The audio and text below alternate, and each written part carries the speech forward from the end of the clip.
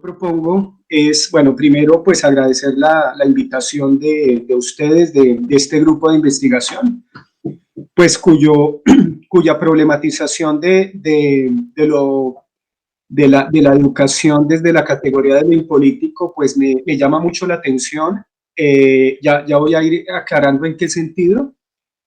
Y, y bueno, la idea es, si les parece, voy a hacer una presentación de media hora, 25 minutos aproximadamente.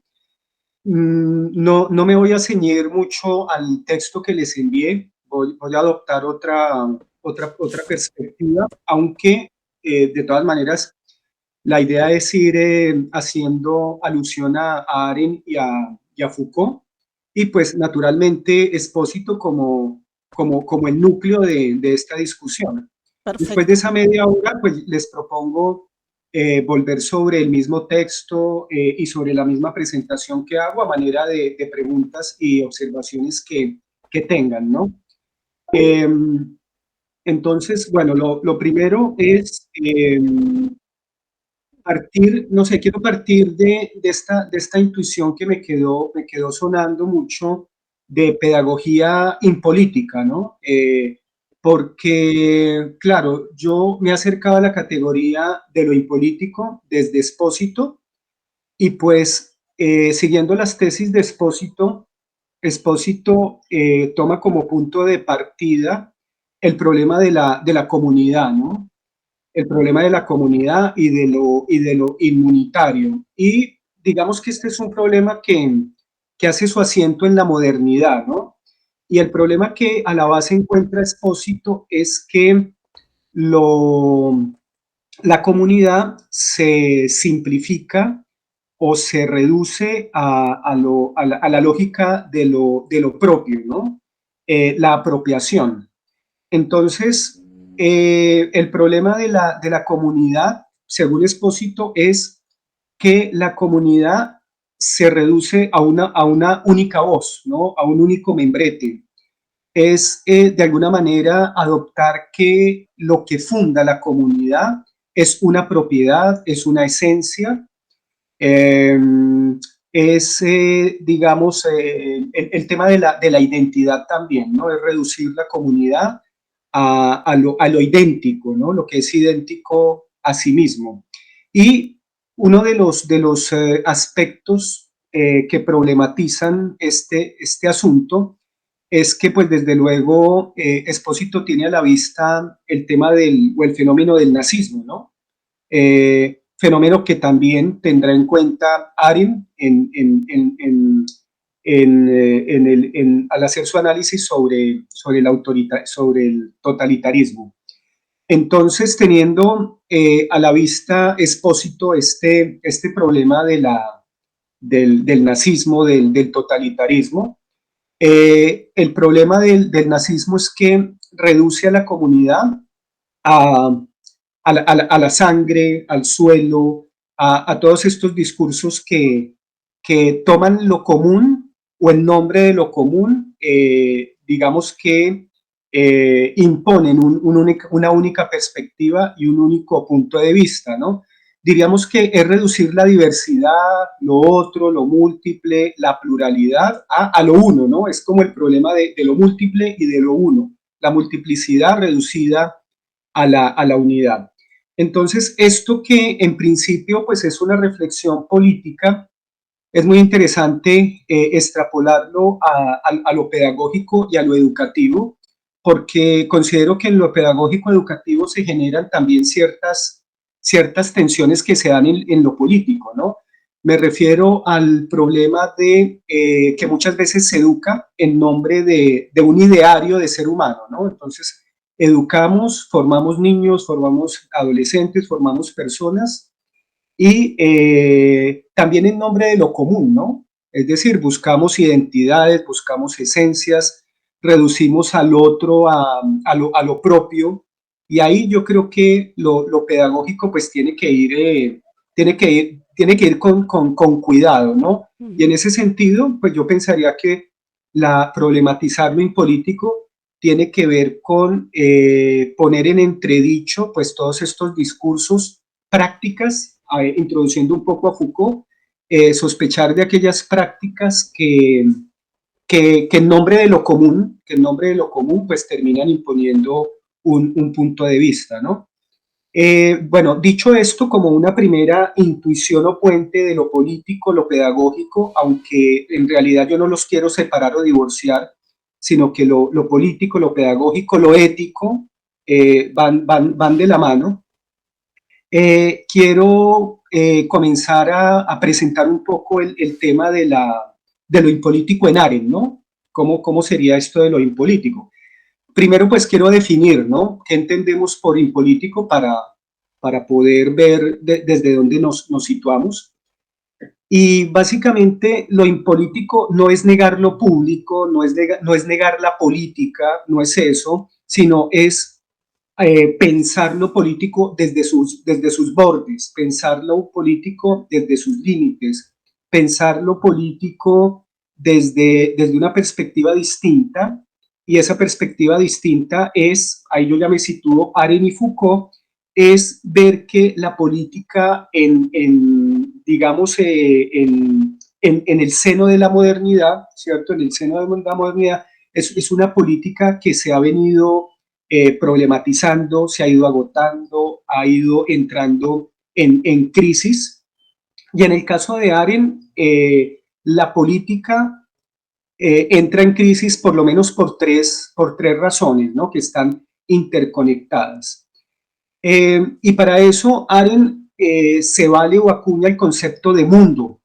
El concepto de mundo es bien interesante en Arendt, porque ella hace una distinción entre la modernidad, el mundo moderno, ¿sí? Una cosa para ella es el mundo moderno, y otra cosa para ella es el mundo, digamos, después de la bomba atómica, ¿no? De los estallidos de la bomba atómica. Entonces, para ella, el mundo entendido desde un punto de vista contemporáneo, es un mundo que se ha desquiciado. Y ella entiende por mundo el espacio de aparición, el espacio entre el mundo, utilizando una metáfora, dirá Arendt que se parece o es semejante a una mesa en torno a la cual nos, eh, nos, nos, nos sentamos, aquellos que tenemos algo en común, pero también aquellos que tenemos algo diferente, ¿no? Entonces es muy interesante que el mundo es aquello que permite que los seres humanos estén entre, ¿no? Que estén juntos, que se reúnan. Y el mundo así entendido ya apunta, esa metáfora de la mesa, ya como que nos avisora hacia dónde quiere reivindicar Arendt la política, porque lo impolítico en Arendt y en Foucault es ver la política desde un ángulo distinto, pero reivindicándola, ¿no? No negándola, sino reivindicándola y casi que radicalizándola, ¿no? Entonces, en el caso de Arendt, mundo como espacio de aparición, como lo público, ¿cierto? Es ese espacio político para dar en el mundo, en su condición humana. El mundo tiene como requisito la pluralidad, tiene como requisito la pluralidad. Y la pluralidad significa que el mundo está constituido por individuos que son únicos, irrepetibles, singulares, ¿no? Todo este tema del nacimiento, que es una categoría bien importante en Arendt, ¿no? Arendt dirá que con el nacimiento todos los seres humanos somos distintos y la muerte nos iguala. La muerte nos iguala. Entonces, volviendo a este concepto tan rico en Arendt de mundo, el mundo como el espacio entre, ¿sí? En el cual pues, los seres humanos entran a dialogar desde su singularidad. Ese mundo, dirá Arendt, precisamente es el que va a colapsar, es el que va a entrar en una especie de opacidad, ¿no? El mundo se vuelve opaco. Y se vuelve opaco por tres razones, ¿no? Como antes yo enunciaba, pero no lo llené de contenido. La primera razón por la cual el mundo se resquebraja se, se opaca, vale decir, pérdida del sentido, ¿sí? El mundo llega a encontrar o a situarse en una pérdida del sentido, primero en virtud de los totalitarismos, ¿no? Eh, y en el texto sobre los orígenes del totalitarismo, precisamente Arendt hace pues un diagnóstico del totalitarismo en su versión nazismo, pero también está el estalinismo, ¿no? También está el Comunismo. estalinismo. Y una de las conclusiones a las que arriba ella es que el propósito de los totalitarismos es hacer que los seres humanos sean superfluos, que sean superficiales, que marchen a un mismo compás, es socavar la pluralidad, es exterminar la singularidad, es hacer que lo singular individual, el otro, se reduzca a una única voz, a un único membrete. En otras palabras, estaríamos hablando en términos de Arendt, es hacer que la acción pase a convertirse en un comportamiento. Para Arendt no es lo mismo acción que comportamiento, ¿no? La acción está muy ligada, cuando Arendt piensa en la acción, se remonta a los griegos, ¿no? A los griegos, siglo V antes de Cristo, el ágora, la plaza pública, en donde los ciudadanos griegos discutían, deliberaban, de tal manera que fíjense que el ágora, en tanto espacio político y espacio público, es el espacio de aparición, es el espacio en donde cada griego, cada ciudadano se hace singular, ¿no? Y eso sucede cuando uno toma la palabra. Cuando uno toma la palabra, esa es una acción, el discurso también es una acción, naturalmente, pero lo contrario, ¿qué significa? Lo contrario significa, piensen en un centro comercial, piensen en calles atiborradas de personas en donde no hay singularidad. El individuo se pierde en la masa. Ahí no hay un real espacio de aparición, porque pues el individuo se pierde en estos enjambres, como dirá Byung-Chul Han. Entonces, una primera causa de la pérdida del sentido, el hecho de que el mundo, como Arendt lo concibe, espacio público, se resquebraje, es porque el fenómeno del totalitarismo irrumpe en su momento y termina exterminando la acción, ¿no? Convirtiendo la acción política en un comportamiento que se puede prever, ¿no? Se puede prever porque esto está ligado a un segundo fenómeno que menciona Arendt, y es el fenómeno de las masas, ¿no? Consumidores de masas. Y yo creo que eso también ya es muy cercano a nosotros, porque ¿qué significa una sociedad de masas que termina por despolitizar el mundo, ¿no? Esto significa que lo mismo, en términos de intereses, en términos de deseos, en términos de lo que, digamos, los sujetos, todo eso se unifica, ¿no? Todo eso termina uniformándose, ¿no? No solamente el individuo en tanto individuo, sino en tanto a gustos, costumbres, hábitos, prácticas. Todo este tipo de elementos se van homogeneizando, ¿no? Entonces, la homogeneización en términos de sociedad masificada de consumo, ¿cierto? Hiperconsumo, dirá Lipovetsky, ¿cierto? Eso también hace que se pierde la pluralidad, ¿no? Esto asesta un fuerte golpe a la pluralidad de nuevo y al mundo. Y el tercer elemento es lo que Arendt denomina el triunfo del homo faber, ¿no? Recuerden que la condición humana, pues ella habla de tres condiciones que son, habla de la labor o trabajo, habla de la obra. Entonces, el tercer elemento Perdón, que Daniel, ella... que se colgó un poquitito de la Sí, obra, dijiste, de sí, la obra. de la obra como un segundo elemento.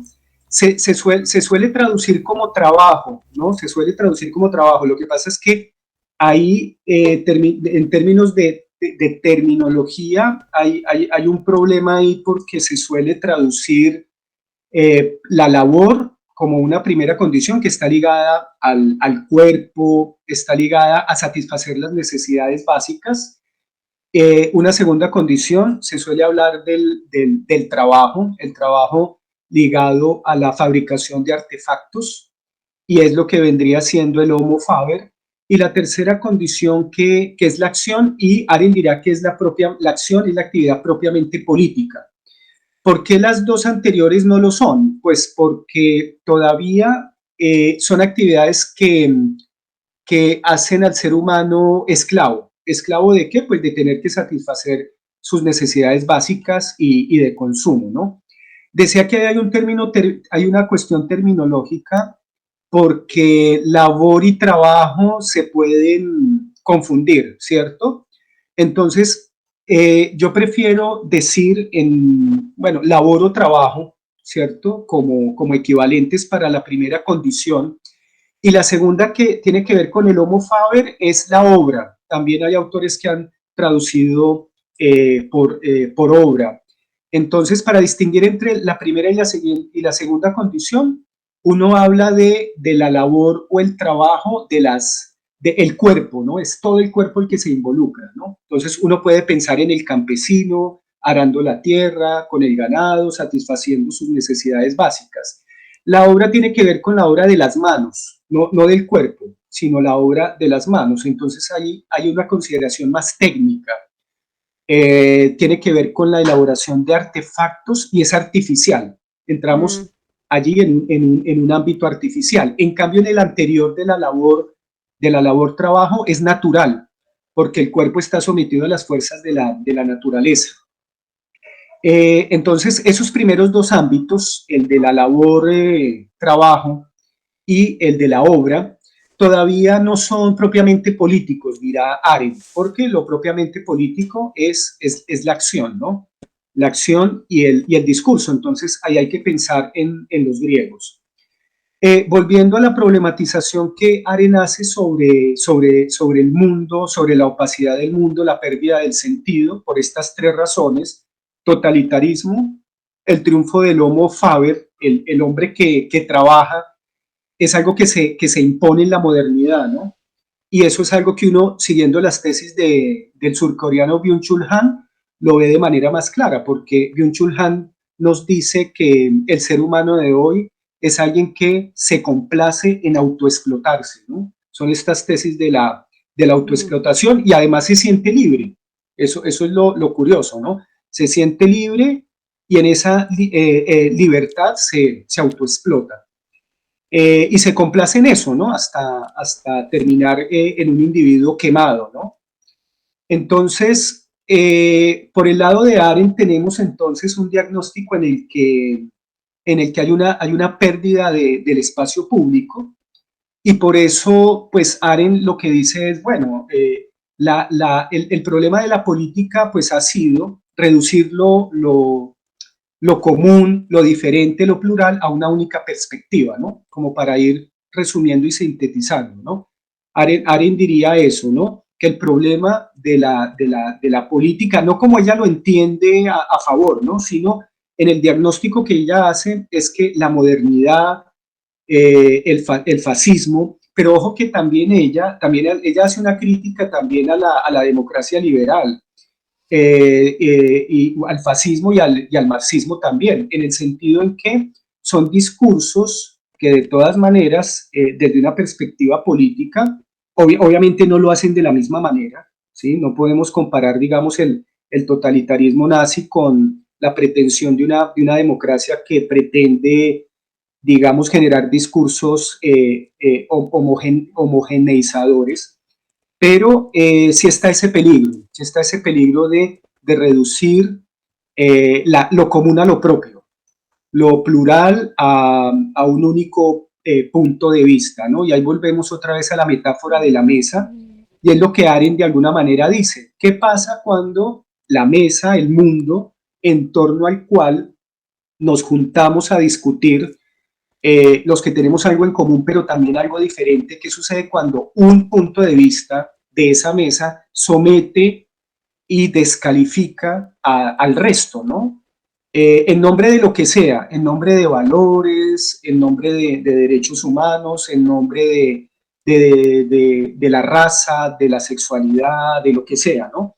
Entonces, lo interesante es esta imagen y ahí ya va la reivindicación de la política, como la entiende Arendt, es reivindicar el mundo como ese espacio plural, ese espacio común, ese espacio plural en el que hay distintos, ¿no? En el que hay personas diferentes. Y yo creo que esto tiene unos rendimientos bien interesantes que luego podemos discutir para lo pedagógico y lo educativo, ¿no? Entonces, ¿qué pasa con, no sé, se me ocurren temas, la migración, ¿no? Los niños migrantes de distintas culturas, de distinta manera de pensar, y no solamente niños, sino personas, ¿no? Con este tema de, pues vivimos en una sociedad global y la globalización pues es de doble filo, ¿no? Porque en estos procesos de mundialización, de globalización, ¿qué pasa cuando concebimos la comunidad desde criterios que ya son preestablecidos, ¿no? De manera a priori. Entonces, solamente bienvenidos a la comunidad o forman parte de una comunidad los que piensan igual como yo, los que tienen una sexualidad como la mía, un pensamiento político como el mío, una religión como la mía. Entonces, eso, digamos que desde Arendt dirá, bueno, eso es un problema y hay que estar alerta de esos discursos, ¿no? En el caso de Espósito, pues Espósito hará una deconstrucción, ¿no? Un desmantelamiento de todos aquellos discursos que pretenden al interior de la comunidad reducir la comunidad a lo propio, ¿no? Y a un único criterio. Lo que dirá Espósito, ahí yo desplazo o deslizo algunas tesis de Espósito, es que para él la comunidad está compuesta de personas, sí, pero no de personas que tengan algo en común, sino él habla de deber o de deuda, ¿no? Lo que está a la base de la comunidad es un vértigo, dice él, me gusta mucho, habla de vértigo, de grieta, de falla, no es un más lo que nos convoca, sino es un menos. Para explicar un poco estas tesis, a mí me gusta mucho recurrir a la literatura y al cine, ¿no? No sé si ustedes vieron una película que se llama La aldea de Shyamalan, donde es una comunidad integrada por adultos, por jóvenes, pero resulta que los jóvenes, esto aparece en un bosque, también se traduce como el bosque, me parece que así se traduce también la película, están en un bosque y hay toda una narrativa, todo un mito, si se quiere, que empieza a configurarse en torno a los innombrables. Entonces, los innombrables son seres metafísicos, seres monstruosos que habitan en la periferia, en las afueras del bosque. Entonces, la comunidad ha generado unas normas, unas leyes, y esas leyes dicen que aquel que traspase los límites de la comunidad van a traer al peligro, van a traer el miedo, van a traer lo otro, lo extraño, ¿no? Lo extraño maléfico, el otro maléfico. Entonces, si uno sigue la película y la lógica, pues uno encuentra que finalmente todo esto es una construcción artificial generada por los adultos y el origen de la comunidad o de esta comunidad realmente es una falla, como dirá Espósito.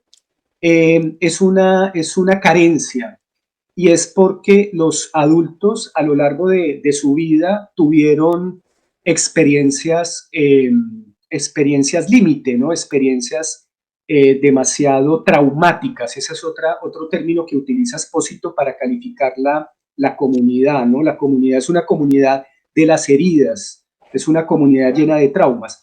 Y estos adultos, como les comenté, los que forman la aldea de la película, uno empieza a revisar sus vidas y entonces a la mujer le asesinan al esposo por robarlo, así y así. Son toda una cantidad de traumas que llevan a que todos estos adultos se encuentren en casi que manicomio, ¿no? En un centro psiquiátrico, y cuando salen del centro psiquiátrico fundan la comunidad, ¿sí?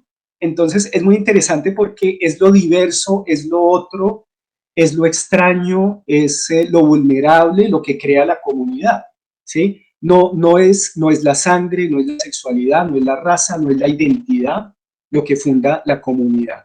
Entonces, esto yo quería, digamos, traerlo para ilustrar un poco hacia dónde apunta Expósito y por dónde va también la importancia de repensar lo político, porque es que lo político nos ha metido, ¿cierto?, por la senda de politizar el cuerpo, por la senda de, de tomar lo común y convertirlo en lo propio, ¿no?, en apropiarse de lo común. Bueno, eso en cuanto a Aren, yo sé que Aren, digamos que pues es una autora compleja. eh, la alternativa, digamos, de Aren estaría hacia lo que ella llama la comprensión, ¿no? Ella dice, lo que yo quiero es comprender, Mm. ¿sí? Y comprender, la metáfora es la brújula, ¿no? La comprensión, pues, está ligada con la capacidad ella dice que la comprensión permite conciliarnos con el mundo. Mm. Es reconfigurar el sentido, pero hay algo muy interesante que dice Aren, y fíjense que Aren dice, el objetivo de la comprensión no es encontrar la verdad, porque si no, eso volvería a ser un problema. Para pensar la comunidad, si nosotros buscamos la verdad en una comunidad, eso también es un problema, porque si hablamos desde la religión, entonces llega un punto de vista, una religión que somete a las demás en nombre de la verdad, o un partido político que en nombre de la verdad somete a los demás. Por eso Aren prefiere ligar, o no es que prefiera, sino que la comprensión está ligada al sentido. Y el sentido es algo que, dice Aren, es infinito, o sea, es como el trabajo que, ¿se acuerdan de Penélope en la Odisea? O sea, Penélope, la esposa, la prometida de Odiseo, que va tejiendo, ¿no? En la noche va tejiendo, y luego desteje. Entonces, para Aren, esa metáfora es muy bonita porque la reflexión, el pensamiento tienen que ver con eso, ¿no? Con la reconstrucción del sentido, no es búsqueda de la verdad. Y el otro componente que ayuda a Aren es el juicio, la categoría de juicio que la toma de Kant. Entonces, eh,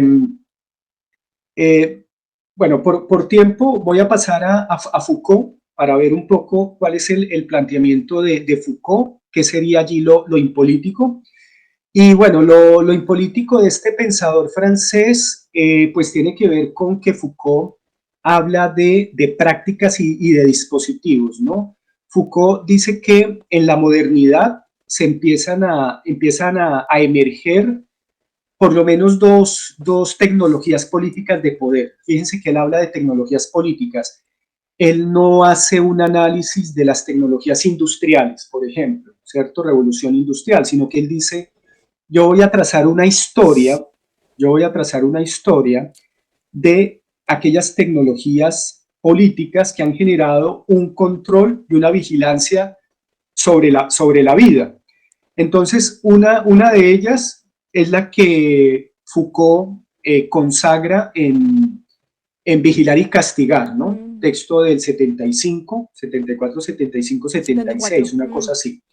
Y la figura, digamos, emblemática es la del panóptico, ¿cierto? La cual ilustra una tecnología política que él denomina anatomopolítica.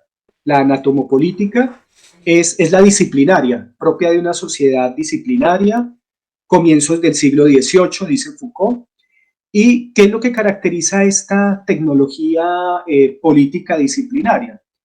Trabaja sobre espacios cerrados, lo que Foucault llama instituciones del encierro. La escuela, precisamente la escuela, la fábrica, eh, ¿cómo se llama? El campamento militar, la clínica. Entonces, todas estas instituciones del encierro, la prisión también, ¿cierto? La prisión, hacen que se genere la técnica del celular, ¿no? Celular significa que hay unas celdas que individualizan a los cuerpos, individualizan a los prisioneros. y en torno a esas celdas hay una especie de garita, de torre, desde la cual el vigilante pues controla a los presos. Entonces, esta tecnología de poder, que en principio adopta la forma del panóptico y cuyo escenario primigenio es la prisión, resulta que después se hace extensivo este panóptico, se reproduce, ¿no? Se replica en el resto de la sociedad. Entonces, se hace extensivo a la escuela, entonces ahí hay toda una pedagogía también, eh, a la fábrica, a la clínica, etcétera, etcétera. Y bueno, dirá Foucault que claro, este tipo de tecnología individualiza, apunta o tiene como blanco, como diana, el cuerpo de los individuos para vigilarlos y para hacer de los cuerpos dóciles, ¿no? Mm.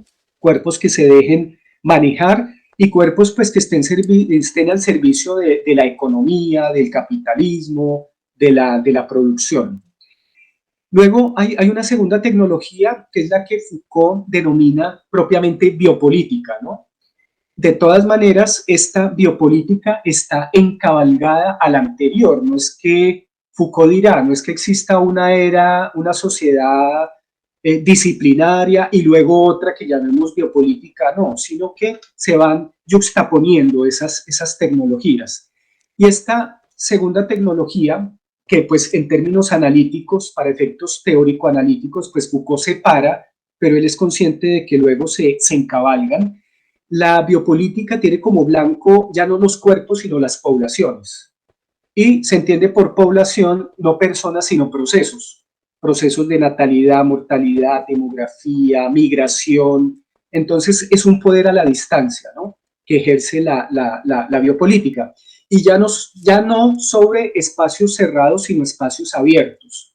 Y hay una metáfora que uno suele utilizar y es que uno habla de la tecnología disciplinaria, es el topo disciplinario, y en el caso de la biopolítica es la serpiente neoliberal, ¿sí? Entonces, esas dos tecnologías de poder sobre la vida, fíjense que emanan de una política, ¿no? De una política, pues, en la cual hay una pretensión de poder, hay una pretensión de poder, y sin embargo, recuerden que Foucault dice, ahora, el poder no es una sustancia, sino que es un ejercicio.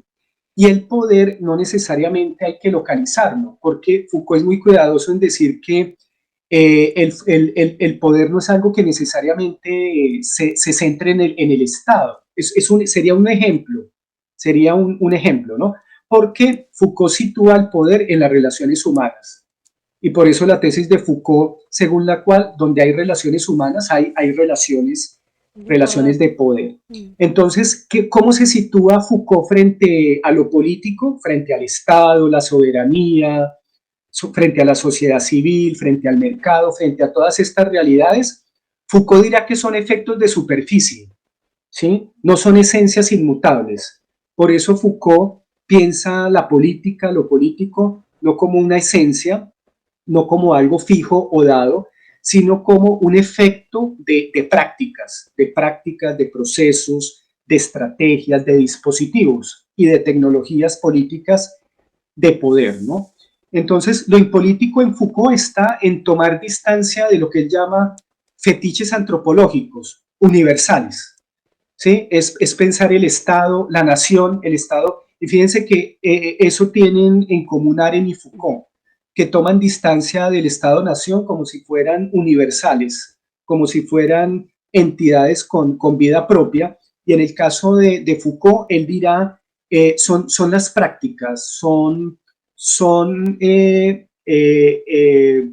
digamos que las realidades a las cuales nosotros solemos acercarnos como cuáles. La misma sexualidad, dice Foucault. La sexualidad, la locura, el Estado, el mercado, todos esos elementos eh, son punto de llegada, no son punto de partida. Punto de llegada en la medida en que son el resultado de un polígono de circunstancias.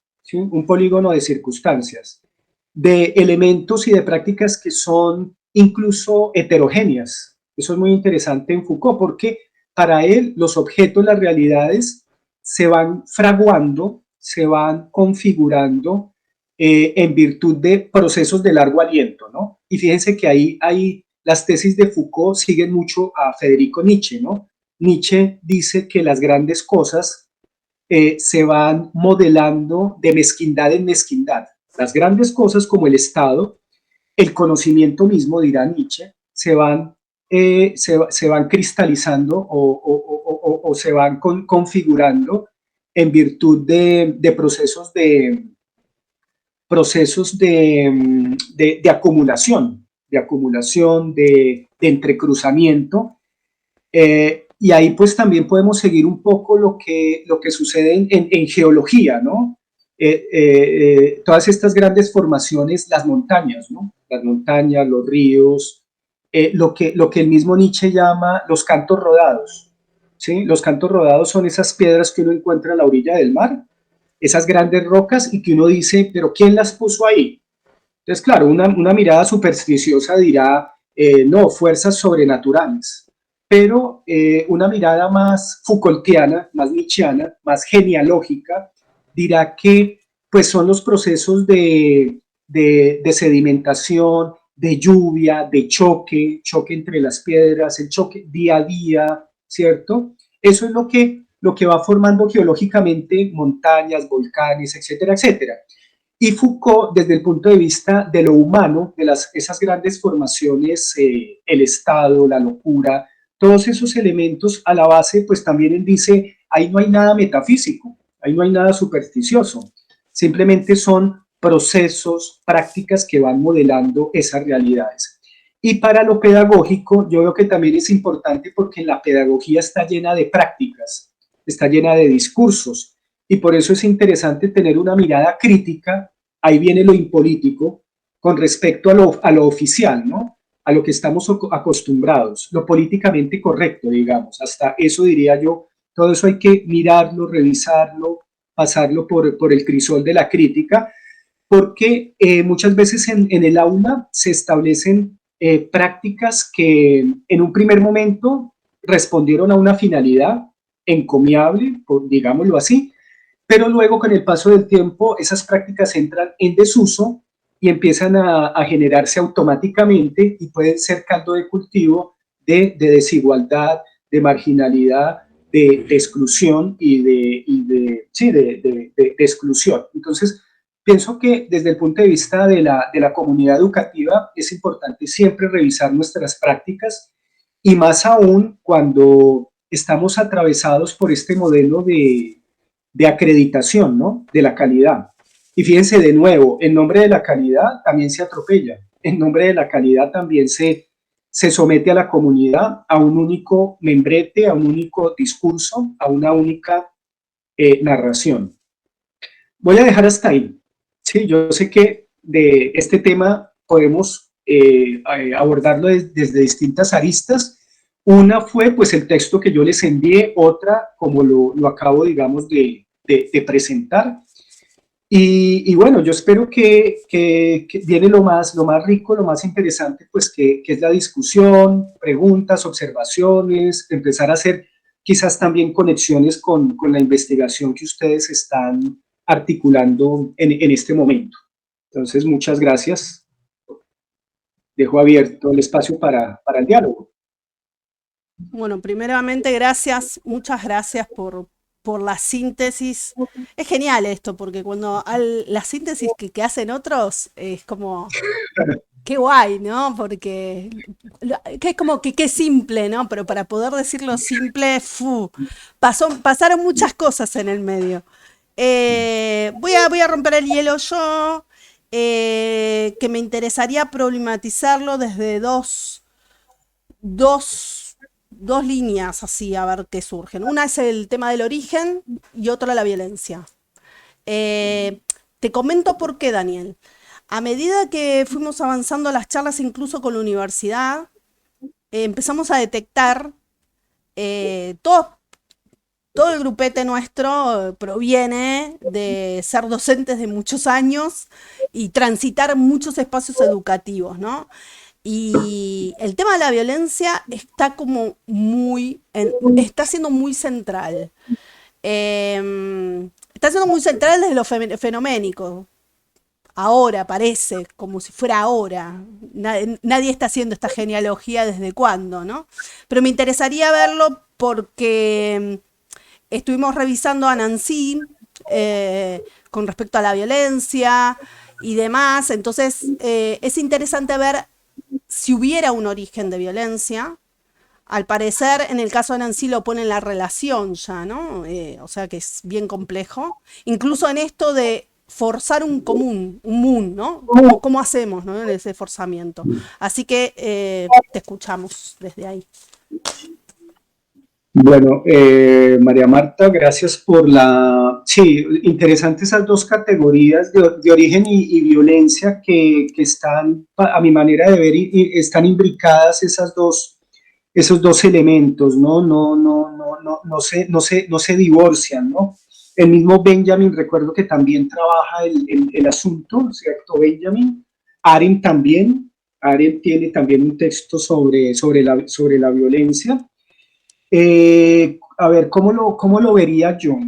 Yo lo quisiera abordar primero desde el origen, ¿no? Eh, el origen, y hay un tratamiento bien particular que hace Nietzsche sobre el concepto de origen, y Foucault después va a ser heredero de ese análisis nietzscheano, ¿no? ¿Qué pasa con el origen? Que el origen se puede entender como origen solemne, origen puro, cuando uno se pregunta por el origen de cualquier cosa, ¿no? Del universo, del fuego, el origen del mal, ¿cierto? El origen de lo que sea. Uno suele emplear la palabra origen como remontándose a un origen puro y sagrado, ¿no? Al fundamento, a un fundamento. Y esto es problemático, esto lo problematiza Nietzsche y Foucault, porque ellos dicen, bueno, la palabra alemana es Ursprung. Ursprung significa tratar de ver siempre que las cosas tienen un origen puro y sagrado, y la genealogía, que es lo que opone Nietzsche y Foucault a esa manera de concebir el origen como algo puro, pues la genealogía dirá que hay que reírse de las solemnidades del origen, porque es que ese origen encubre algo. ¿Y qué es lo que encubre? Pues la violencia, ¿sí? Encubre la violencia. Encubre el hecho de que las cosas también tienen un origen, no es que no tengan origen, sino que tienen un origen desde dos puntos de vista, como emergencia y como procedencia, que son las otras dos palabras que acuña Nietzsche y que sigue Foucault. Entonces, emergencia, ¿qué significa? Significa que algo aparece en virtud de choque de fuerzas, ¿no? Y ahí ya hay algo de violencia, ¿no? Cuando dos elementos chocan, y Nietzsche dirá que es como el destello, como cuando chocan dos espadas, ahí hay un destello, y eso es el conocimiento, dirá Nietzsche para hablar sobre el origen del conocimiento. Entonces, emergencia significa choque de fuerzas, y en ese choque de fuerzas aparece algo, ¿no? Como cuando uno, a ver, voy a dar un ejemplo, las constituciones políticas, ¿no? Que ahora, por ejemplo, en Chile está muy en debate, y uno podría decir, bueno, la constitución política, el pacto social, eso va a atenuar el conflicto, va a atenuar la violencia. Y resulta que no. Ahí yo sigo a Clausewitz, ¿no? La diplomacia, la constitución política es la prolongación del conflicto por otros medios. ¿Sí? La ley es la prolongación de la misma violencia, pero por otros medios más diplomáticos, si se quiere. Pero sigue el problema, sigue el conflicto, solo que llevado a otra escala. Y el otro concepto es procedencia, ¿no? El origen entendido como procedencia, que tiene que ver con esta imagen de la raíz, ¿no? Si uno pudiera ver o echar para atrás cómo es la formación de un árbol, pues el árbol en su raíz tiene toda una serie es una imbricación, ¿no? Es todo un tejido complejo.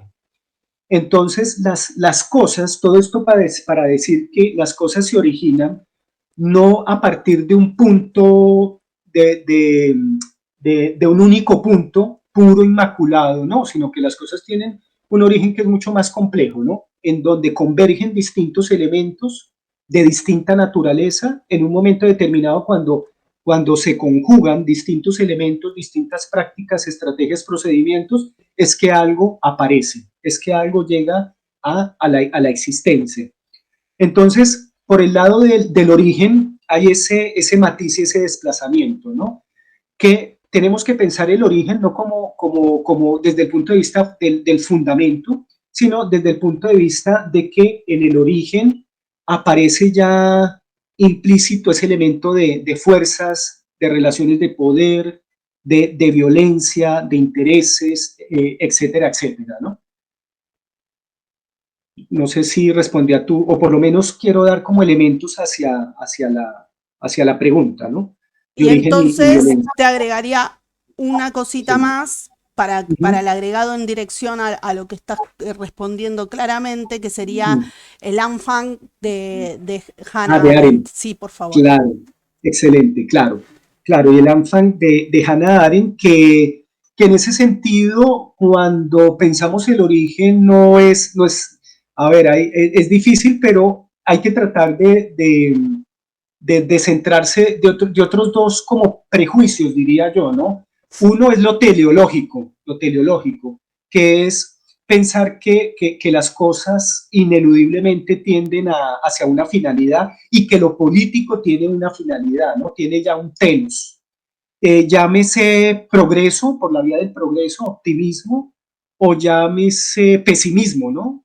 Pesimismo, pensar que, no sé, que ya la política está perdida del todo y que vamos a tomar un derrotero destructivo por el hecho de que la política por naturaleza está atravesada por el conflicto. Entonces yo pienso que ahí el elemento que introduce Arendt es el nacimiento, ¿no? Arendt dirá que el nacimiento no como algo biológico, sino como la posibilidad de la política, ¿no? Y eso es lo que permite la acción es lo que permite generar un nuevo comienzo, ¿no? Eh, O sea que el nacimiento entonces, lo pone cercano a lo que sería la novedad, por ejemplo, heideggeriana, a como la la novedad. novedad, Ah, vale. exactamente a la novedad, exactamente, lo pone cercano a la novedad. Entonces está ese primer prejuicio y que tanto Foucault como Arendt se resisten a ver en la política y ambos critican el concepto de progreso, ¿no? Como que se va a llegar, como en virtud de unas leyes, como si existieran unas leyes de la historia que van a llevar pues a la sociedad al culmen o que va a llevar a unas a ser mejores que otras, ¿no? Unas más desarrolladas y otras más subdesarrolladas, ¿no? Eso, digamos que todo ese andamiaje conceptual, pues lo critican Arendt y Foucault. Y el otro prejuicio, pues tiene que ver con la causalidad, ¿no? De causa y efecto. Ver que las cosas también siguen, eh, a ver cómo lo podríamos explicar esto de la causa y efecto, como el mito de la continuidad, ¿no? Que es lo que trabajaría Foucault. Foucault hablaría más de discontinuidades, porque si bien hay prácticas distintas, heterogéneas, plurales, diversas, que van modelando ciertas realidades, esas prácticas también se pueden desconectar, se pueden desensamblar y pueden articularse unas nuevas. Piensen en la pandemia, ¿no? Piensen, ese es un fenómeno muy interesante para pensar incluso en términos biopolíticos, porque la pandemia articuló ciertas prácticas a las cuales no estábamos habituados, ¿no? El encierro, el encerrarnos por un tiempo, el usar mascarilla, el lavado de manos, el distanciamiento social, ¿cierto? Fíjense que son el hecho de emplear dispositivos y la tecnología para la toma de la temperatura, la vacuna, todos esos elementos van confluyendo siendo de distinta índole, van confluyendo y van configurando este fenómeno, ¿no? Pero visto, o más bien, tratando de vaticinar qué va a suceder cuando ya, digamos, post pandemia, habrá algunas prácticas de estas que queden y otras no, ¿cierto? Y otras no. Habrá algunas de estas prácticas y están todavía, ¿no? Que prácticas, todo lo que tiene que ver también con el manejo de los datos, ¿no? Big Data, los algoritmos. Muchos de estos elementos, por ejemplo, en China, se utilizan para el control de las poblaciones, ¿sí? O sea, a pesar de la pandemia, ya son elementos que están instalados para el control de las poblaciones. Y en Occidente, a lo mejor también sucederá, ¿no? Ahora, también Foucault diría, habría que mirar cómo cada sociedad va adoptando y va adaptando estas prácticas para su propio ejercicio político de vigilancia y de control, ¿no? Entonces, claro, en Aren es este tema de resistirse a explicar el origen desde la mirada de causa y efecto, ¿no? Y si querés entonces para darte el último empujoncito, violencia. Y violencia. Bueno, en el caso de Aren, ella plantea una pregunta bien interesante y es eh, cómo pensar el origen sabiendo que a la base del origen está la violencia, ¿no? Digamos que es más que una respuesta, es la gran pregunta, ¿no? Eh, y bueno, yo diría que el pensamiento, ¿no? Hay el pensar, lo que ella llama la comprensión, yo creo que nos asiste mucho. Y hay una frase que toma Aren de su maestro Jaspers. Jaspers dice, de lo que se trata es de estar enteramente presentes, el tema de la presencia, del presente. ¿Esto por qué lo digo? Porque Aren en el texto de Entre el pasado y el futuro, que es un texto que lo llama sobre ejercicios de filosofía política, ella emplea la metáfora o no emplea la metáfora, sino que utiliza a Kafka, y Kafka tiene un cuento muy bonito que se llama Él, que se titula Él. Es muy raro porque uno dice, ¿cómo así que no lo llama yo ni lo llama tú, sino lo llama Él? Entonces resulta que Él es un personaje que introduce Kafka y lo coloca en el centro de una batalla entre el pasado y el futuro. Entonces, traten de pensar en dos vectores, ¿cierto? Dos flechas que van en este sentido y en la mitad está él. Entonces, una flecha es el futuro que lo oprime y la otra es el pasado que lo está oprimiendo. Y en el centro, pues está él, ¿cierto? En el centro de la batalla. Entonces, Aren utiliza esa metáfora para decir que de lo que se trata, porque qué sería lo problemático del pasado y qué sería lo problemático del futuro. El problema del pasado es que por estar atados al recuerdo, a las heridas, al recuerdo, a las amarras del pasado, ¿no? Que no nos dejan vivir, pues no vivimos el presente, ¿cierto? Dicho así, digamos, de manera simple. ¿Y cuál es el problema con el futuro? Que estamos proyectados en un mañana inexistente. Por vivir proyectados en un mañana que no existe, perdemos el presente. Entonces, por eso la metáfora, o no la metáfora, sino el elemento que introduce Aren es el presente. Ahora, ¿cómo hacemos polo a tierra a ese presente? El juicio. Ahí está el juicio kantiano, Ay, ¿no? no sé. Porque también hay una crítica, recuerden que a Aren le hacen en algún momento una entrevista y ella dice, yo no soy filósofa, Yo soy para sí. descentrarse de lo que se llama la vida contemplativa, porque Aren lo que hace es reivindicar la vida activa, ¿no? La vida política precisamente, la vida política, el mundo, el espacio entre, la pluralidad. O sea, recuerden que Aren pues, es una defensora de la diversidad y de la pluralidad. Entonces, Claro, otra vez aparece en esta imagen de Kafka el elemento de la violencia también, ¿no? En el sentido de que el pasado y el futuro están oprimiendo a él, ¿cierto? Es una violencia que se ejerce, pero también hay todo un elemento psicológico, porque quien ejerce la violencia, claro, son como estos elementos estructurales, pero también es la psique de él, ¿no? Que lo instala en ese juego del pasado y del futuro, del pasado y del futuro. Entonces, un poco la manera de resolverlo es ese estar en el presente y la experiencia. Por eso Aren valora mucho, ese es otro concepto muy bonito y bien interesante para pensarlo en político y la pedagogía. Yo creo que la experiencia en el sentido de la el, no, no, sé si respeto, pero sí el cuidado y valorar la experiencia de los distintos actores de la comunidad en tanto distintos en cuanto singulares, ¿no? Yo te incorporaría más que respeto, responsabilidad. Responsabilidades, Traemos exacto. otro amigo también judío ahí a Levinas un poco, ¿no? Sí, digo. Claro, esa, responsabilidad, excelente. Bien. Bueno, continuemos. Sí, yo, bueno. Perdón.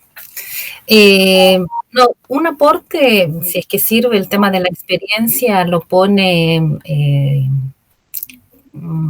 Adrienne Rich como contraparte a la institución, hablando de maternidad, que o es la experiencia de la maternidad o es la institución de la maternidad, digo, como para rescatar esto de la experiencia.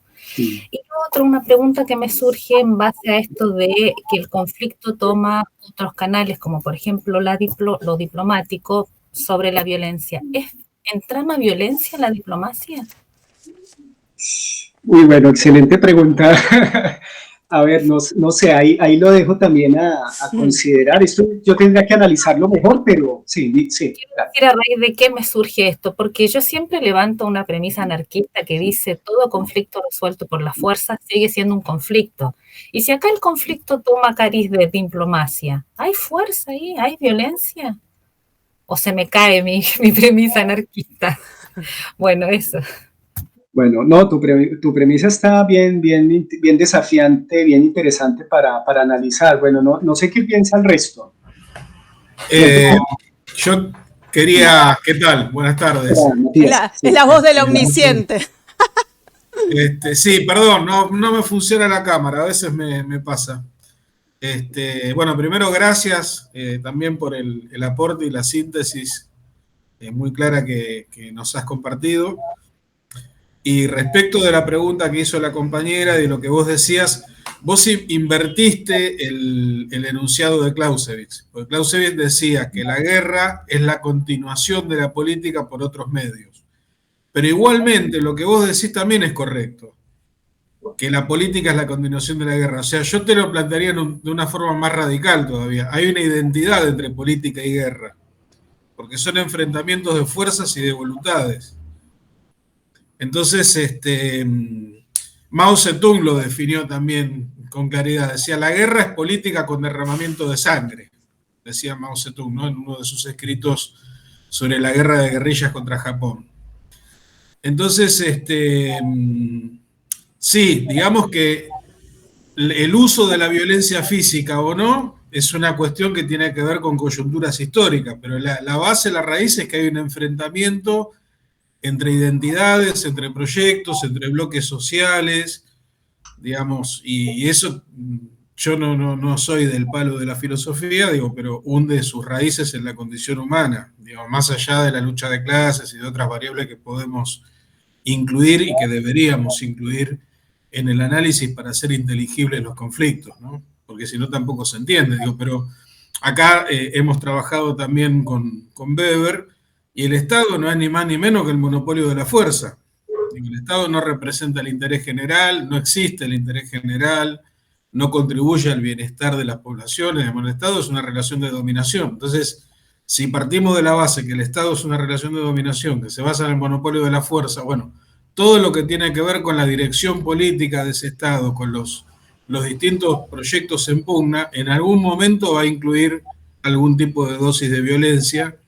Y aparte acá hemos analizado que hay violencias, no es solo la violencia física, la violencia simbólica, la violencia ontológica que se ha planteado.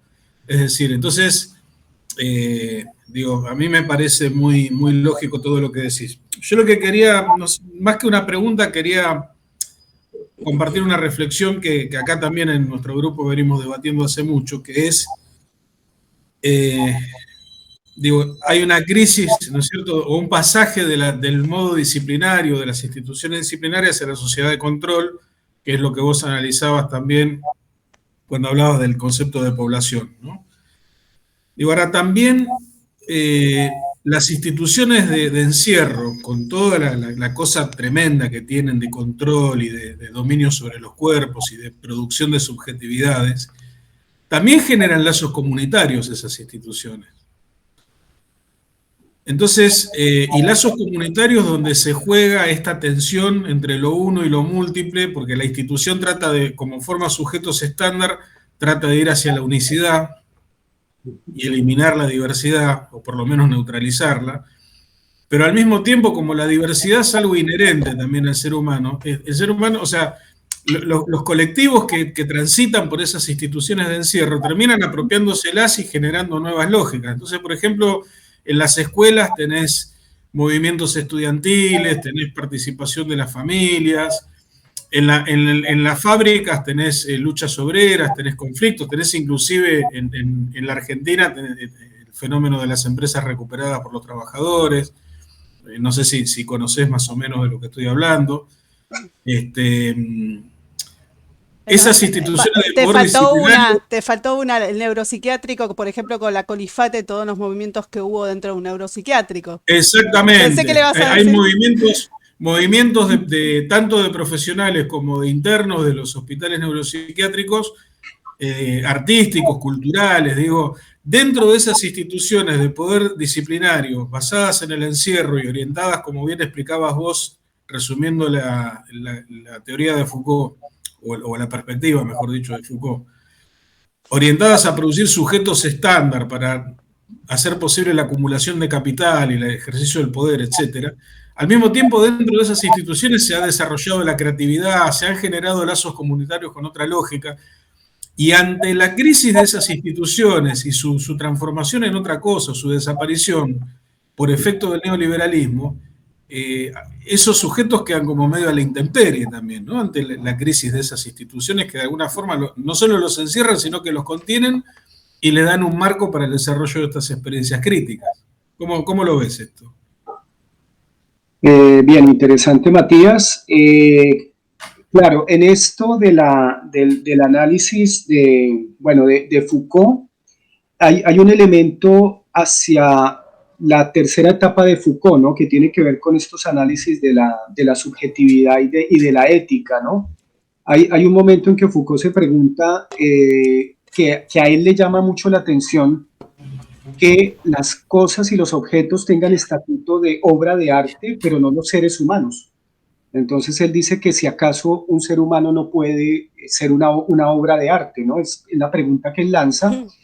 Y casi a renglón seguido él dice o plantea lo que se llama una estética de la existencia, ¿no? La posibilidad de que los propios seres humanos, y ahí digamos que sigo pues lo que tú dices de, aunque sociedades del encierro, claro, está la posibilidad de que los mismos sujetos sean capaces de manera creativa, de forma crítica, emanciparse, ¿no? El tema de la emancipación. Claro, lo cual supone estar siempre en alerta, ¿no? Porque de nuevo siempre el peligro está ahí asomándose cuando esa nueva comunidad, no nueva comunidad, pero sí es como siempre experimentar esa tensión, ¿no? Saber atravesar esa tensión de lo uno y de lo múltiple, ¿no? El hecho, la metáfora esta de la mesa, ¿no? El hecho de que la mesa tenga ese equilibrio donde no exista un o sea, ¿qué es lo que existe? Pues claro, argumentación, debate, y yo hablaría de acuerdos, pero son acuerdos siempre provisionales y parciales, ¿no? ¿Cierto? Distinto de acuerdos que se vean o se sancionen como absolutos y definitivos, ¿no? Yo pienso que el problema estaría en considerar que hemos llegado ya digamos, a un marco legal, un marco jurídico, un marco, no sé, de derechos, de deberes que ya totalmente establecidos, ¿no? Entonces yo creo que es importante ese marco, es importante debatir, llegar a unos acuerdos provisionales y parciales, pero yo creo que está la responsabilidad del individuo de estar siempre atento pues a que esos principios y prácticas sobre las cuales la comunidad hace su asiento, que sean prácticas que no entren que no se mecanicen, que no se cristalicen y no se naturalicen, ¿no? Sino que siempre, digamos, estén en función de unas necesidades del aquí y del ahora, ¿no? Del presente. Ricardo. Bueno, gracias, Daniel, por la presentación. Bueno, pienso varias cosas, pero sí quiero hacer una pregunta, porque, bueno, pensaba en esta relación que de alguna manera responde a la tradición, podríamos decir en términos generales, metafísica, de vincular esta tríada por decirlo así, cuando hablamos de verdad, podríamos hablar de la tríada, el origen, el sentido y el fin, como una única articulación. Por tanto, claro, cuando dice, o mencionaba Arendt, el tema de que la comprensión, claro, no es buscar la verdad, sino que precisamente es reconstruir el sentido, pero en esa misma medida también es generar una suerte de distinción o escisión entre sentido y origen. Por decirlo así, para hablar de un sentido que represente, por decirlo así, no sé si otros valores, pero otras formas de donación diferente a esta estructura, por decirlo así, de relación originaria. Claro, y en eso, bueno, esta tradiciones entre, bueno, que aparecen ahí también en el texto mencionadas por Campillo, ¿sí? Aristotélico-platónica, hegeliano-marxista, y luego esta alternativa con Nietzsche-Heidegger, por decirlo así, que generan una suerte también de apertura o de una dirección hacia afuera, que quizás va a mencionar antes Foucault, ya. Pero bueno, me parece que eso también ahí está dando vuelta de cómo quizás repensar el sentido desconectado de esta articulación metafísica. Eso, bueno, pero ya eso como a nivel de reflexión y me quedo dando vuelta.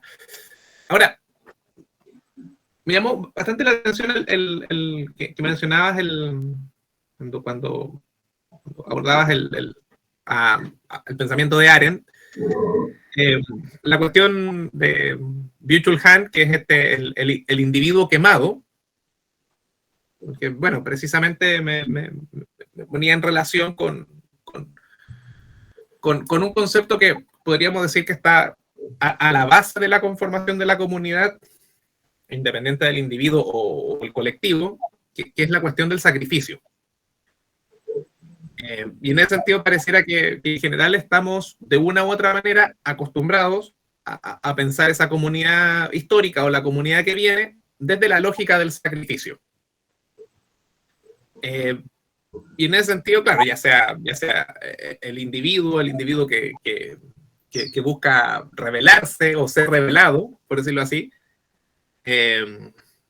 o el individuo devenido en su hacer o en su, como mencionaba ahí, en su obra, en el sentido de Arendt. Y bueno, pensaba en este sentido en Blanchot, en la parte del fuego particularmente, que responde precisamente como a poner en evidencia esa cuestión del sacrificio. En Blanchot la parte del fuego, que hace alusión con ello a la literatura, dice, bueno, la literatura, al exponer en rigor no la presencia, sino que la ausencia de un origen, permite de alguna manera la posibilidad incluso de la comunicación.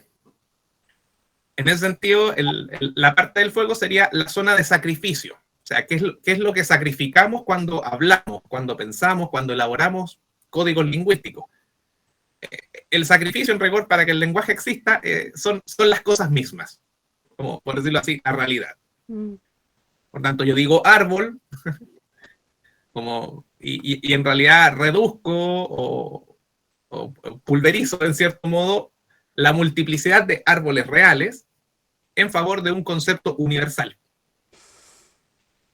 Y ahí, por tanto, precisamente ahí la literatura aparece como la zona de sacrificio, precisamente porque nos permite, de alguna manera, hacer este ejercicio de violencia, como dirá Derrida, de reducir lo múltiple a una unidad de sentido que podríamos decir es el concepto. Entonces, en este plano, me parece que la posibilidad de comunicarse, que va también en directa relación con incluso etimológicamente, con la cuestión de la comunidad, ha tocado, por decirlo, o ha atravesado estas múltiples formas de sacrificio, que bueno, que uno podrá ver en George Bataille, bueno, y así como en otros pensadores de la comunidad, como algo que ha sido de suyo. Entonces, ahí yo no sé cómo lo piensas tú desde la posibilidad, por ejemplo, de abordar lo impolítico, pero desde una suerte de y ahí vuelvo al individuo quemado, porque parece que incluso es la posibilidad, podríamos decir, de la comunidad neoliberal, de sentirnos parte de una comunidad, pero sacrificando todo lo que somos, quemándonos en cierto modo. Y ahí, por decirlo así, está la apelación a este individualismo extremo, podríamos ponerlo así, pero pareciera que no tenemos otra forma de reconocer la comunidad que no sea a partir de alguien sacrificado, por decirlo así. Yo no sé si lo impolítico, por ejemplo, ahí cómo podría ser la relación entre lo impolítico y el sacrificio, o lo impolítico y la posibilidad de desmontarnos de esa lógica en alguna de sus tres caminos, si uno lo quiere así.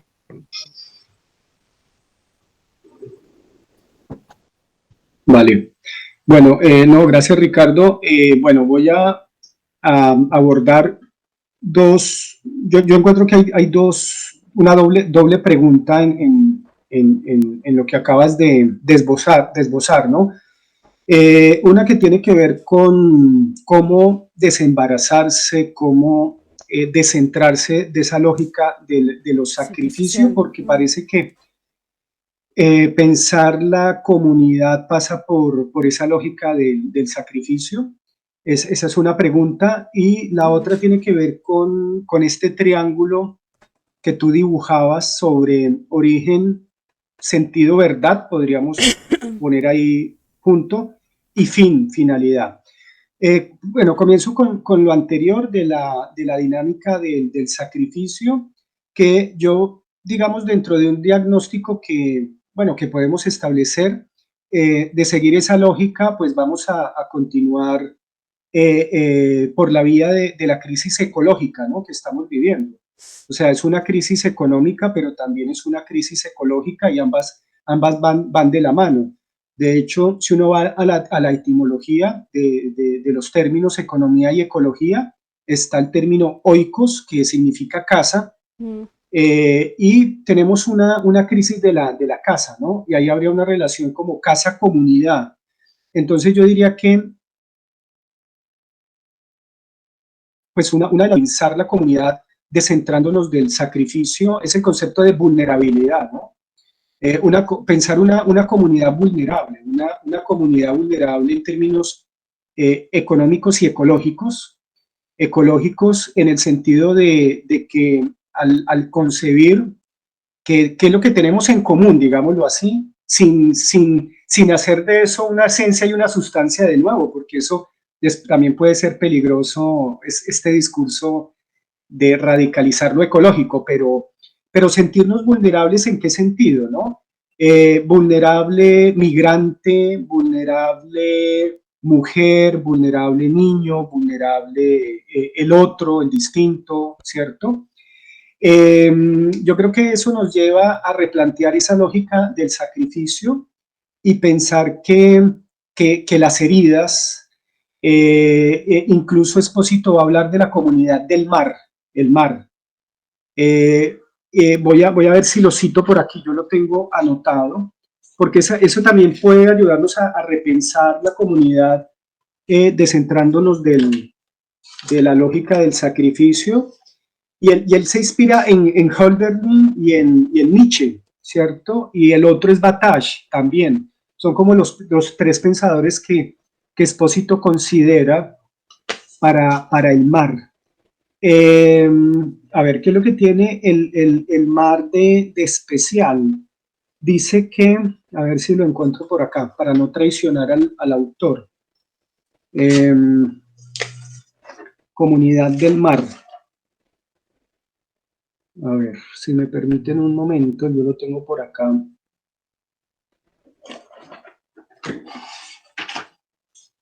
Dice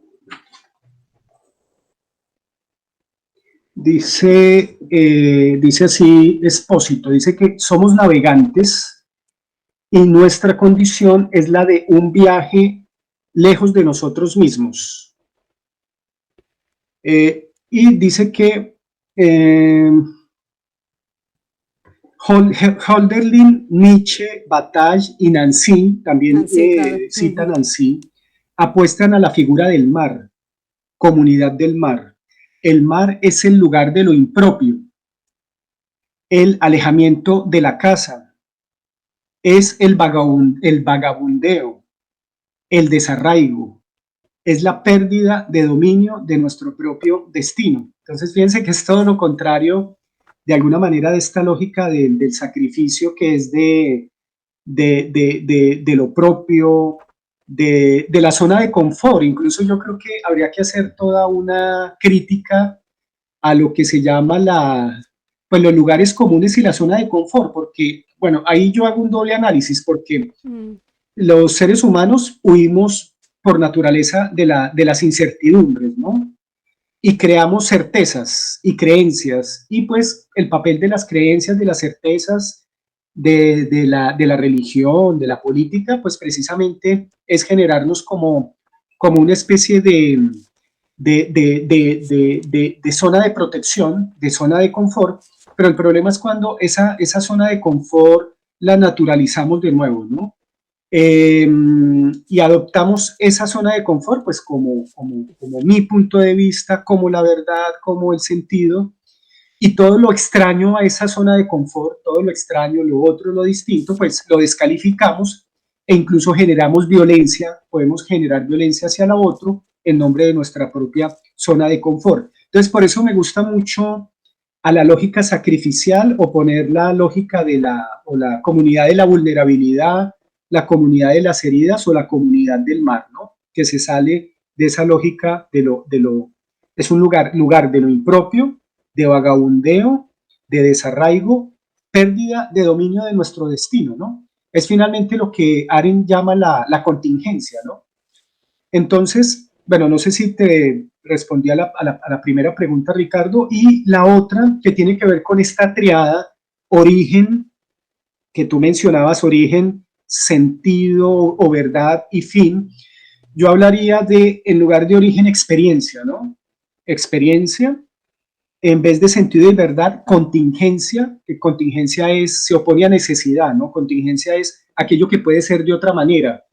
Y la política es ese terreno en el cual no está, ni todo está perdido, ni todo está ganado, ¿sí?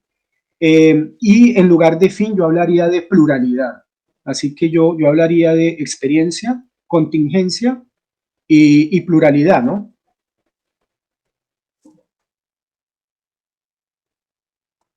Sí, perfecto. Pluralidad, sí, o diferencia.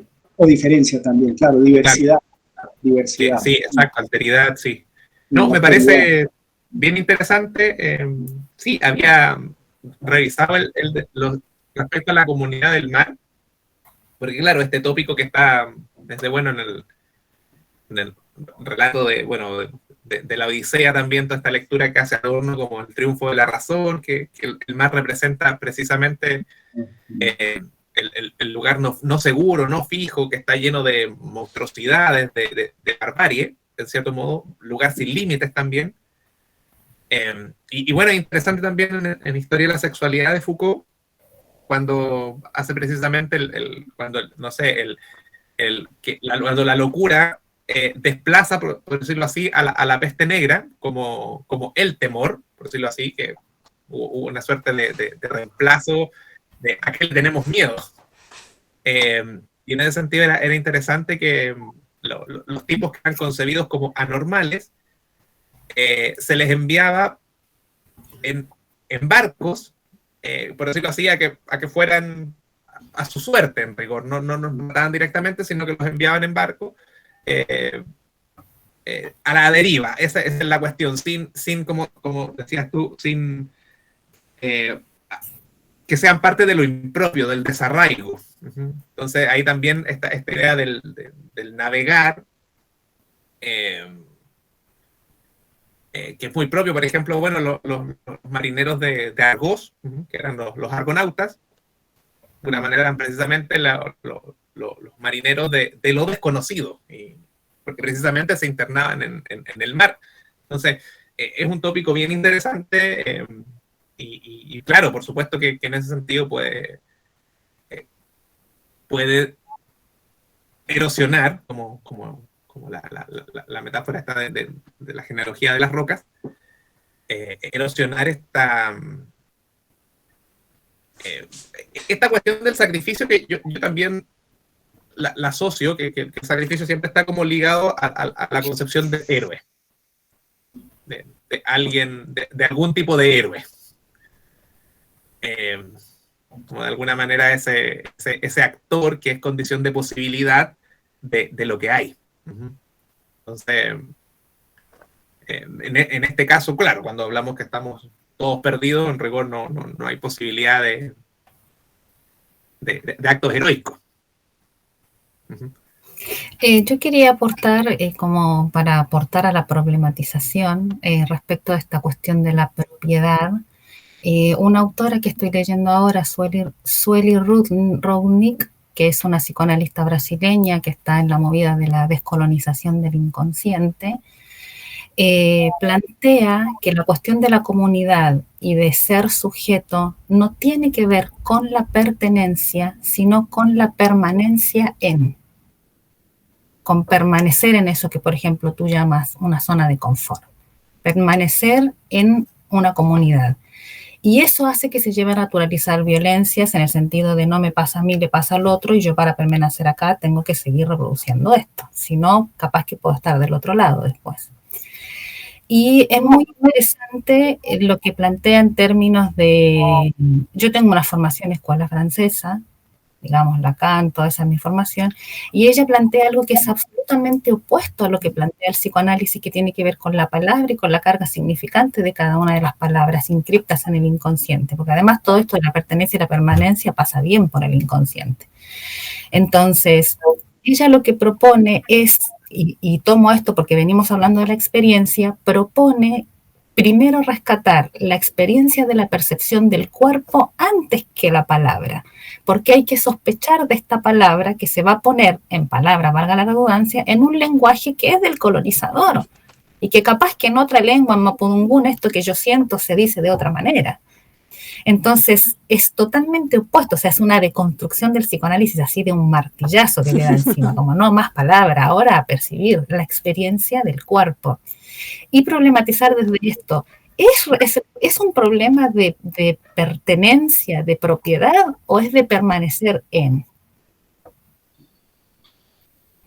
Claro, yo diría que tiene que ver con la apropiación, la lógica de la apropiación. Ese es el problema, ¿no? De como veíamos en la mesa, en la metáfora, cuando un único punto de vista somete a los demás, se apropia en nombre de la verdad, de un partido político, de una religión, de una creencia, todos los puntos de vista plurales se los apropia y los somete a un único punto de vista. Distinto, sí, yo considero que sí es distinto lo que tú denominas de la permanencia, que no es otra cosa que la inmanencia, ¿no? Inmanencia significa permanecer en, opuesto a trascendencia. La inmanencia se opone a la trascendencia. Que otra vez volvemos al problema del origen, ¿no? El origen puro solemne es un origen trascendente, ¿sí? Está más allá. Y esto de la inmanencia tendría que ver con estas tesis que veíamos de Jasper y de Arendt, de situarse entre el pasado y el futuro, ¿no? De ser enteramente y completamente presentes. Esa es la inmanencia, ¿no? Sí, tomando la metáfora de la mesa, entonces sería la postura que domina y quienes sí, para seguir sentado a esa mesa hay que someterse. Digo, como un sometimiento voluntario, como bien un mundo feliz, ¿viste? Amar la esclavitud. Claro, bueno, eso es problemático, ¿no? Uh-huh. Claro, ahí digamos que el equilibrio está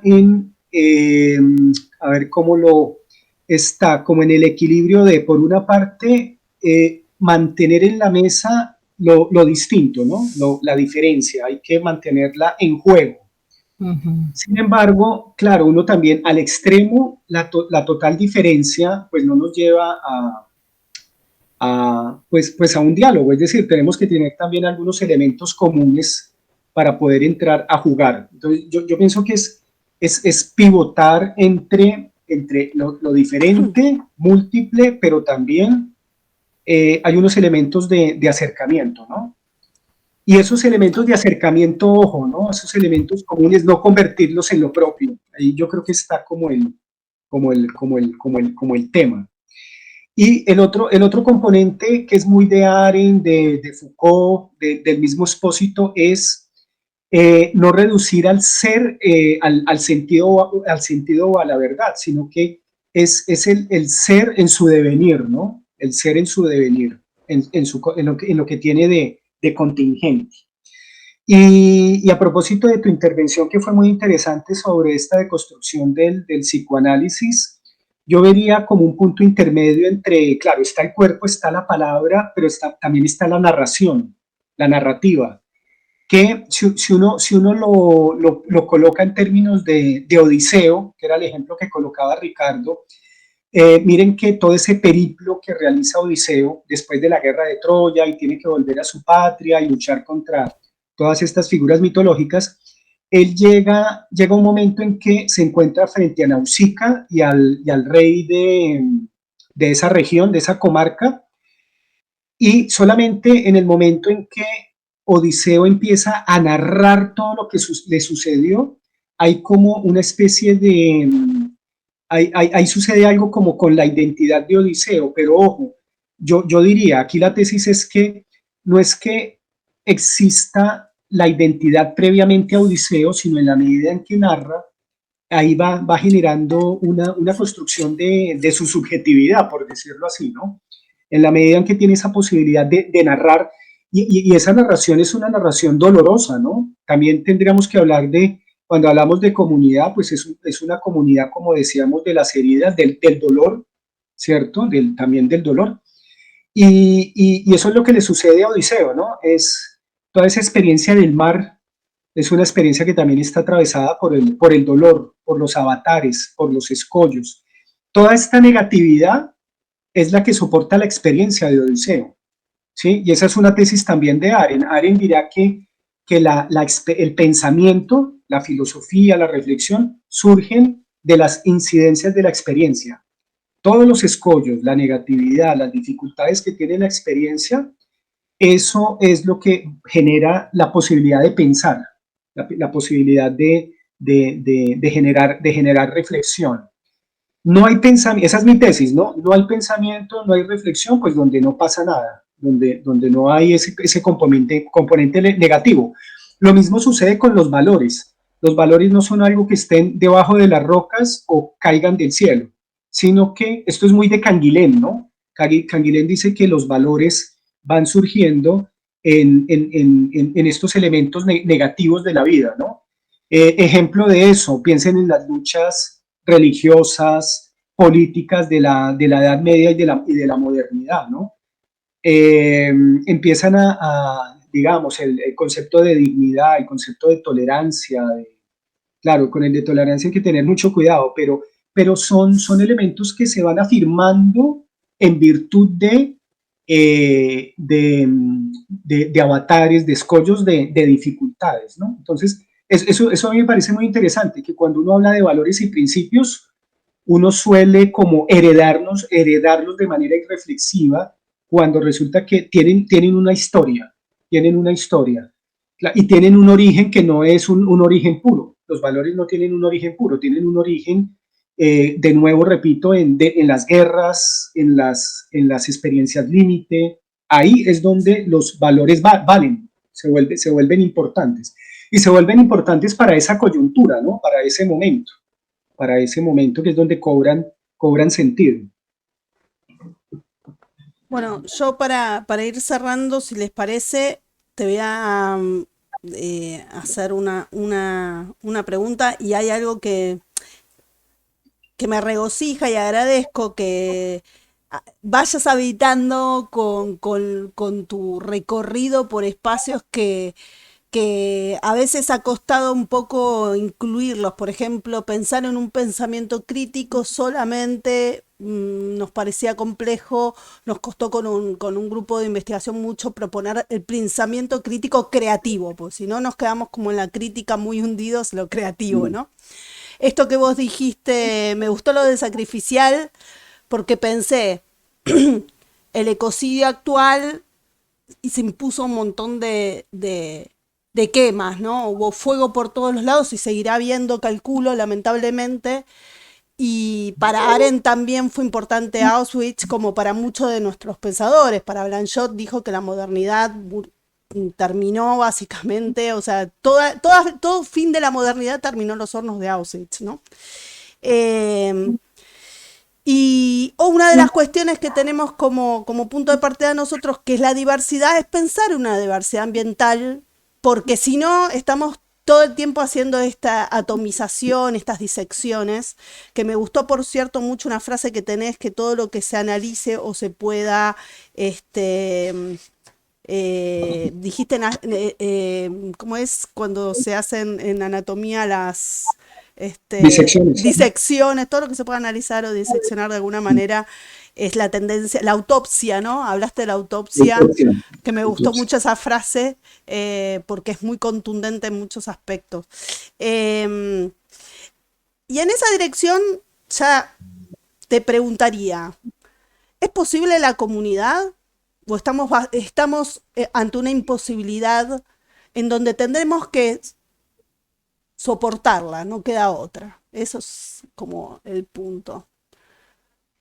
Bueno, partiendo, yo creo que desde Espósito, vamos a hablar desde Espósito, ya nos ubicamos como para también encuadrarlo un poco. Sí. Claro, el hecho de pensar la comunidad pasa primero por una revisión crítica, por una autopsia, por un diagnóstico, y yo pienso que ese ya es un primer paso para abrirnos, ¿no? Todavía falta pensar mucho la comunidad, además en un escenario de globalización, de mundialización, pero yo pienso que dentro de los componentes sin duda está lo ambiental, está lo animal, está esto que se llama la One Health, ¿cierto? una salud, que es la salud humana, la salud animal, pensar la salud ambiental, y la vulnerabilidad, ¿no? Que les decía yo para pensar esto de la comunidad. Y cuando hablamos de pensamiento, ¿no? Yo pienso que el pensamiento que pues debe, ¿cómo decirlo? Que ha de cultivarse en lo educativo, en las escuelas y que debe permear el discurso educativo y las prácticas, pues debe ser un pensamiento emancipador en el sentido yo agregaría un concepto, suena un poco raro, pero autopoético, viene de poiesis, Ujú. ¿cierto? Que significa esa capacidad que tiene el ser humano De creatividad. de crear, de autocrear. Entonces, un pensamiento emancipador en el sentido como Arin lo dice, ¿no? Pensar sin barandillas, la posibilidad de pensar autónomamente, de manera creativa, pero también el elemento de la imaginación moral, ¿no? La imaginación pienso que es un componente que hay un autor que se llama Gunther Anders. Gunther Anders fue esposo de Hannah Arendt. Él también tiene unas tesis, es un autor muy interesante para revisar, porque él dice que hay una tensión entre el hacer y la representación, ¿no? Él dice que el ser humano técnicamente ha podido mucho, ha hecho muchas cosas, pero la representación siempre queda detrás, queda rezagada del hacer. Y hay una cita que dice él, podemos bombardear a miles de personas, pero, ¿cierto? El hacer, él está pensando en Hiroshima y Nagasaki, pero nuestra imaginación moral no alcanzó, no fue más rápida que ese hacer. Entonces, por eso yo pienso que esto de la imaginación moral es muy importante para cultivar en niños, en niñas, en adolescentes, en personas desde el punto de vista educativo, esta capacidad, digamos, anticipatoria, y que no todo aquello que puede el ser humano necesariamente tiene que hacerlo, ¿no? Podemos muchas cosas, pero éticamente no necesariamente debemos hacerlas. Entonces, a ver, una comunidad bueno, es posible, yo creo que, claro, está la posibilidad siempre y cuando salvaguardemos la diversidad y la pluralidad, ¿no? Una comunidad es posible siempre y cuando no nos entreguemos a un poco lo que decía Ricardo, a la tentación de que, si, claro, nos encontramos en una crisis, en una suerte de naufragio, pero recuerden que cuando hay crisis aparecen los grandes salvadores, ¿no? Entonces yo pienso que una comunidad, para ser posible, tiene que cuidarse en religión de los grandes profetas, ¿no? De los grandes profetas, cuidarse de ellos. Y en política también, ¿no? De aquellas grandes figuras que pretenden ser los salvadores de la nación. Eso también es un peligro.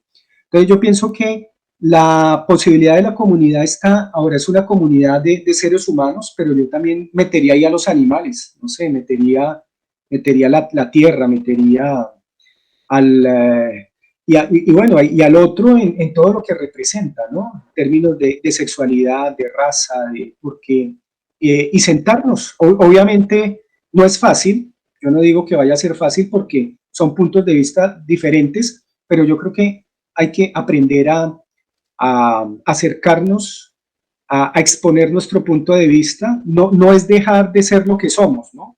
No se trata de eso. En la mesa no se trata de, o sea, ¿cómo decirlo? Claro, hay que tener apertura, hay que tener flexibilidad. Hay unos elementos ¿cómo decirlo? Pues que hacen parte de la historia de uno. Obviamente también hay que estar dispuesto a abrirse y a estar en la senda pues de esa transformación del devenir mismo, ¿no? De poder cambiar en cosas y tener la posibilidad de escuchar al otro y a los otros, ¿no? Porque a simple vista, como algún autor dijo, el otro se nos presenta como el infierno, ¿no? Creo que era Sartre el que decía que el otro es se presenta a nosotros como nuestro infierno, como lo maléfico, pero en eso otro, pues también está la posibilidad de enriquecernos y de salirnos de nuestra zona de confort.